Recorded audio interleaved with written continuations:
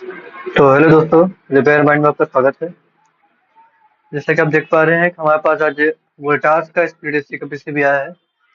इसमें फॉल्ट है कि मोटर सिर्फ वाइब्रेट कर रहा है और मोटर चल नहीं रहा है। तो ये चेक करते हैं इसमें फॉल्ट किस तरीके से। हमने यहाँ मोटर का कनेक्शन कुछ इस तरीके से दे दिया है। ये फीडबैक का तार है और ये हमारा मेन मोटर सप्लाई की तार है। इसमें सप्लाई देते हैं और चेक करते हैं क्या फॉल्ट आ रहा है इसमें।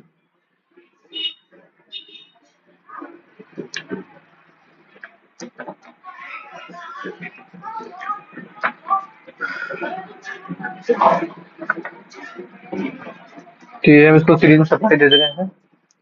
जैसा कि आप देख पा रहे हैं, ये डिस्प्ले इसका चालू हो चुका है। अब मोटर चलने का वेट करते हैं, देखते हैं मोटर चल रहा है कि नहीं। देखिए ये इस तरीके से वाइब्रेट कर रहा है और ये चल नहीं रहा है। और इसमें हम देखिए यहाँ पे E5 का आ गया है मोटर का।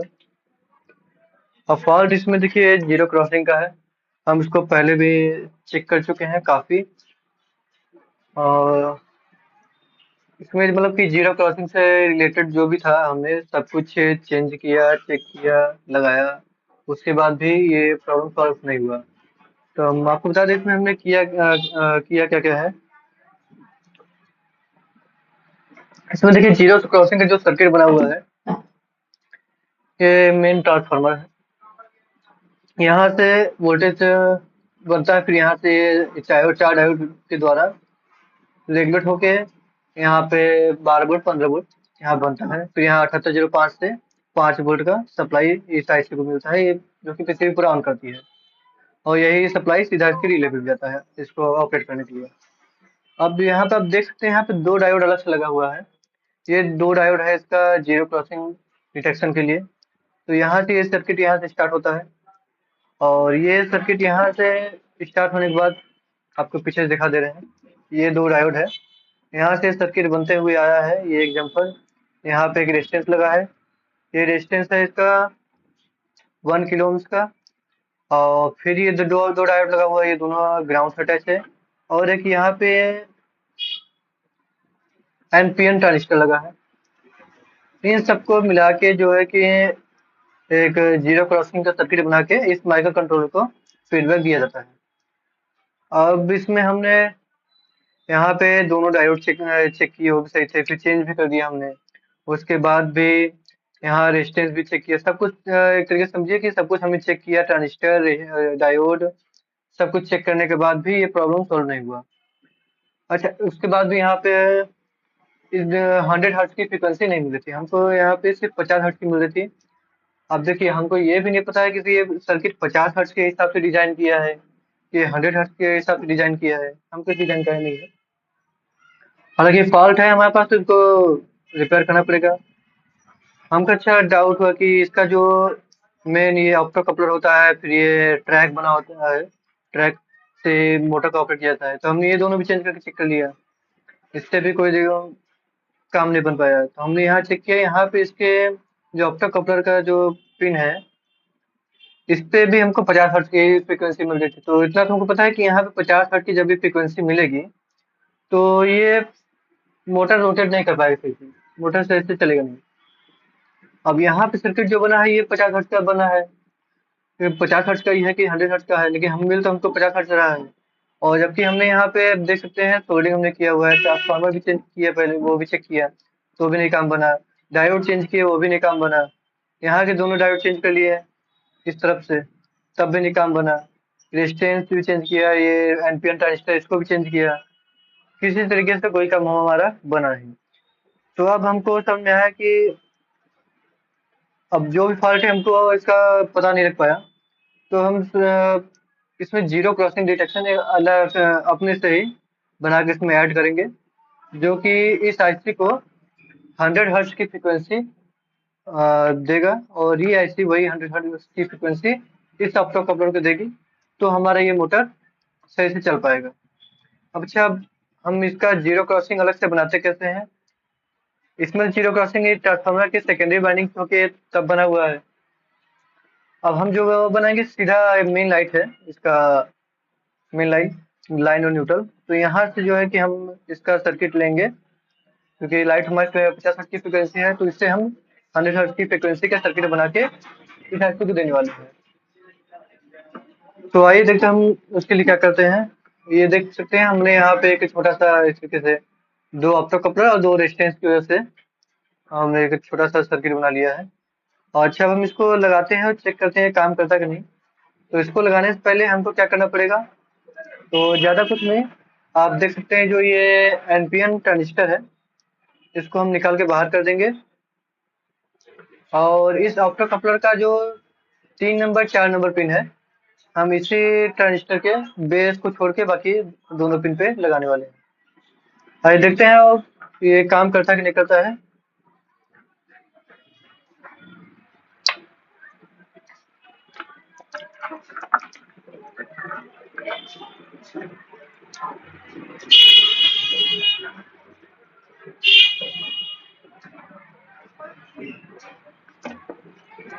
ये भी आपको हम सिर्फ टेम्परेरी दिखा रहे हैं कि उसके बाद हम इसको अपने हिसाब से जैसे कि बोर्ड में आराम से बैठ जाए, उस हिसाब से इसको अलग से कहीं हम एडजस्ट कर देंगे या कोई अलग से पीसीबी सर्किट बना के लगा देंगे। तो इस चीज आपको चेक कराने के लिए है।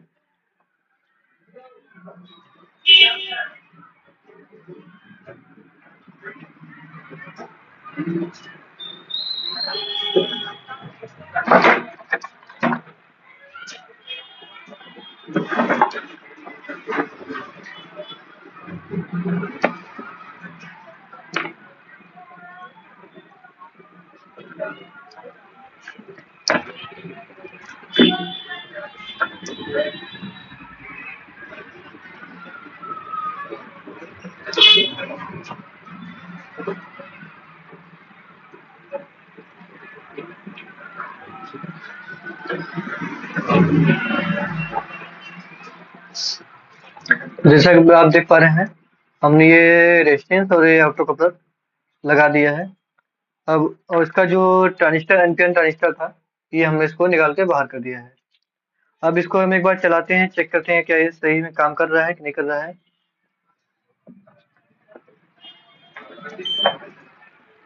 तो आप देख सकते हैं यहाँ पे डिस्प्ले आ गई है। अब मोटर चलने का वेट करते हैं।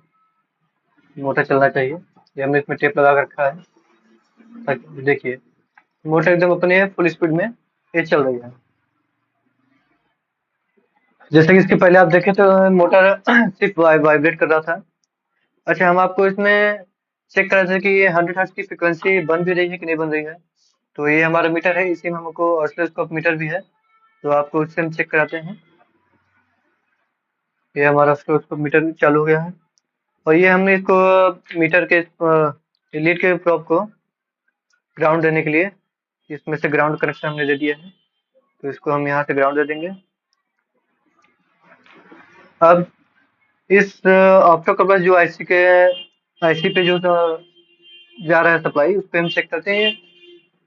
अब ध्यान दीजिए कि यहाँ पे 100 हर्ट्ज की फ्रिक्वेंसी आनी चाहिए।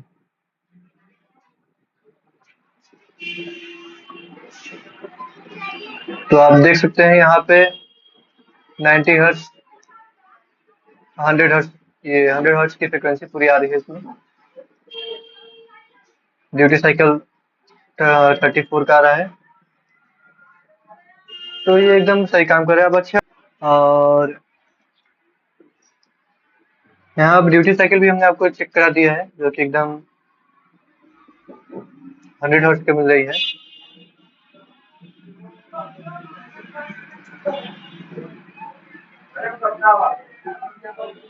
यहाँ आप देख सकते हैं 101 हर्ट्ज लिख के आ रहा है, ऊपर 34 ड्यूटी साइकिल चल रहा है।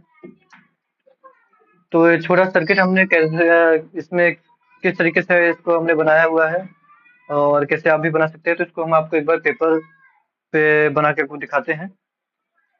तो इसी तरीके से आप भी कर सकते हैं। और हमको देखिए इसमें क्या फॉल्ट था क्या नहीं, हमको इस तरीके से भी कुछ समझ में नहीं आ पाया है कि माइक्रो कंट्रोलर का फॉल्ट था कि यहाँ किसी सर्किट का फॉल्ट था, क्योंकि हमने ट्रांसफार्मर भी चेंज किया, दूसरा डायोड भी चेंज किया, रेजिस्टेंस भी चेक किया, इधर का दोनों डायोड चेंज किया, और जो एनपीएन ट्रांजिस्टर है उसको भी चेंज कर दिया। इतना कुछ करने के बाद भी हमारे ये चीज़ का सही नहीं हो पाया था।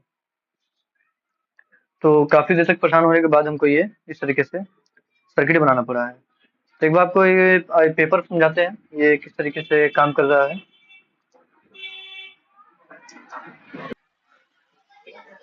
तो दोस्तों जैसा कि आप देख पा रहे हैं कि हमने यहाँ पे एक ड्राइंग बना लिया है। तो आप हमारे पता राइटिंग और ड्राइंग में जाइएगा, और हमको ये पता थोड़ा अच्छी नहीं है, लेकिन आपको समझना है फिलहाल कि ये कैसे काम कर रहा है। तो आप देख सकते हैं कि आप देख सकते हैं यहाँ पे लाइन लिखा है और यहाँ पे न्यूट्रल लिखा है। तो लाइन और न्यूट्रल से हमने दोनों 180 के का रेजिस्टेंस लगाया है, और जो हमने रेजिस्टेंस लगाया है वो क्वार्टर वाट में है। आप इसमें 1 वाट या 2 वाट का भी, 1 वाट या 2 वाट का भी लगा सकते हैं। तो यहाँ पे इस बार फिर ये जो ऑप्टर कपलर आप देख रहे हैं, इसमें मैंने डबल एलईडी वाला ऑप्टर कपलर बनाया हुआ है। और जो कि मेरे पास था नहीं, तो मैंने दो ऑप्टर कपलर को एक दूसरे के ऊपर लगा के डबल एलईडी का डबल ऑप्टर कपलर बना के वो उस तरीके से लगाया हुआ था।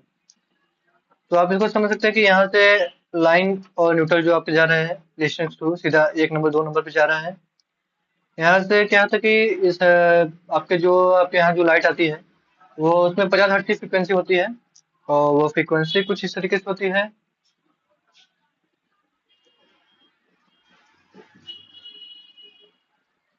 वो इस तरीके से होती है फ्रिक्वेंसी, आप देख पा रहे होंगे। तो यहाँ पे ऊपर ऊपर गिनेंगे तो भी 50 हर्ट्ज आएगा, और नीचे गिनेंगे तो भी 50 हर्ट्ज आएगा। ये बीच में जब आता है तो ये जीरो कहलाता है। तो हमने एक डबल एलईडी लगाया हुआ है इसकी वजह से कि जब आपका पल्स ऊपर की तरफ होगा तो भी एलईडी ग्लो करेगी, और जब पल्स आपके नीचे की तरफ होगा तो दूसरी एलईडी ग्लो करेगी। तो दोनों ही कंडीशन में हमारी एलईडी यहाँ पे काम करेगी अलग अलग, और उसके उसी के थ्रू यहाँ पे हमारा 100 हर्ट्ज की फ्रिक्वेंसी यहाँ पे आउट होगी। तो जब ये 100 हर्ट्ज की फ्रिक्वेंसी यहाँ पे हमको आउट मिलेगी, तो ये आप देख सकते हैं हमने उसको लगाया कहाँ था, जो हमारा ट्रांजिस्टर था उसमें यहाँ पे बेस लिख देते हैं। तो आप देख पा रहे होंगे। तो हमने वो ट्रांजिस्टर निकाल दिया था, और उसके बाद हमने सीधा ही एमीटर और कलेक्टर पॉइंट पे इसका ऑप्टो कपलर का 3 और 4 नंबर पिन लगा दिया है। आपको इससे नहीं समझा है तो भी आप ऐसे कर सकते हैं कि 3 नंबर पिन आपका जो है वो ग्राउंड से ले लीजिएगा, ग्राउंड पे दे दीजिएगा, और 4 नंबर जो पिन है वो आपके आईसी के माइक्रो कंट्रोलर पे चला जाएगा। तो यहाँ से आपको समझ में आ गया होगा कि इस तरीके से 100 हर्ट्ज की आपकी फ्रिक्वेंसी बना के आप अपने आईसी को दे सकते हैं, जिसके कि वो आपका मोटर सही तरीके से काम करेगा। तो कैसा लगा आपको वीडियो, कमेंट जरूर करिएगा। तो दोस्तों क्या है कि कुछ चीजें होती हैं कि जो आप सीखते रहते हैं और करते रहते हैं। ये फिलहाल इस फील्ड का काम यही है कि आप हमेशा सीखते हैं और हमेशा करते हैं। तो आप कभी भी ये ना सोचिएगा कि हम एकदम सीख चुके हैं, क्योंकि छोटी छोटी चीजें हैं जो कभी कभी इतना परेशान कर देती हैं कि समझ में नहीं आता है कि इसको कैसे फाइंड आउट करें। और अगर आप सोचते हैं कि आप अच्छे तरीके से सीख चुके हैं, तो हर जमाने में ये हर हमेशा कुछ न कुछ नया नई नई टेक्नोलॉजी आती है, और जो आपके सीखे हुए को और बेहतर सीखने के लिए प्रेरित करती है। तो आप सीखते रहिए, करते रहिए, और जो आप सीखेंगे तो आपको कहीं ना कहीं काम आता ही है। तो ये वाला जो हमने आपको बताया है, ये मैं देख रखा था आउटडोर पीसीबी में इस तरीके से बना होता है। क्या कि हर जगह हर पीसीबी में अलग अलग तरीके से जीरो क्रॉसिंग बनाया होता है। तो आप और किसी तरीके से जीरो क्रॉसिंग होगा, तो ये 100 हर्ट्ज की फ्रिक्वेंसी की जीरो क्रॉसिंग है, किसी किसी में 50 हर्ट्ज का दिया होता है। तो अपने अपने तरीके से जिसका जहाँ रिक्वायरमेंट होता है उस तरीके से बनाया होता है। तो मिलते हैं नेक्स्ट वीडियो में। जय हिंद।